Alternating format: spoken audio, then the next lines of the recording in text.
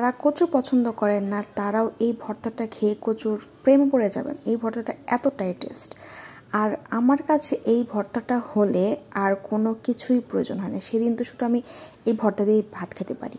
তো চলে যাওয়া যাক রেসিপিটা, আমি কিভাবে এই রেসিপিটা বানালাম। নমস্কার সবাইকে, আশা করি সবাই ভালো আছেন। প্রথমেই লাগবে কচু, যেটা মেন উপকরণ।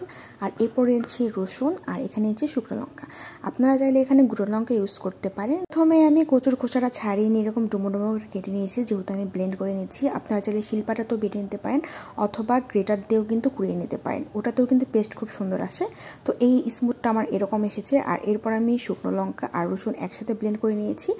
ব্লেন্ডটা কিন্তু খুব স্মুথ হতে হবে, কোনো গোটা গোটা থাকা যাবে না, তাহলে গলায় ধরতে পারে। আর এরপর আমি কড়াইতে বেশ কিছু তেল দিয়ে এখানে পেস্টটা দিয়ে দেবো। আর সামান্য হলুদের গুঁড়া দিয়েছি। আমার এখানে লঙ্কা বাটা একটু কম হয়েছিল, এর জন্য আমি আবারও দিলাম। এখন পুরো জলটাই কিন্তু শুকিয়ে নিতে হবে। দেখতেই পাচ্ছেন কতটা শুকিয়ে গেছে আর কতটা অল্প হয়ে গেছে। আর এখানে মেন যেটা উপকরণ সেটা হচ্ছে চিনি। চিনি তো দিতেই হবে। চিনিটা দিয়ে নামিয়ে নিব। আর এটা কালারটা কিন্তু একটু লালচে আসবে। আজকের ভিডিও এই পর্যন্তই। ভালো লাগলে আমার একটু লাইক ফলো করবেন। ধন্যবাদ সবাইকে।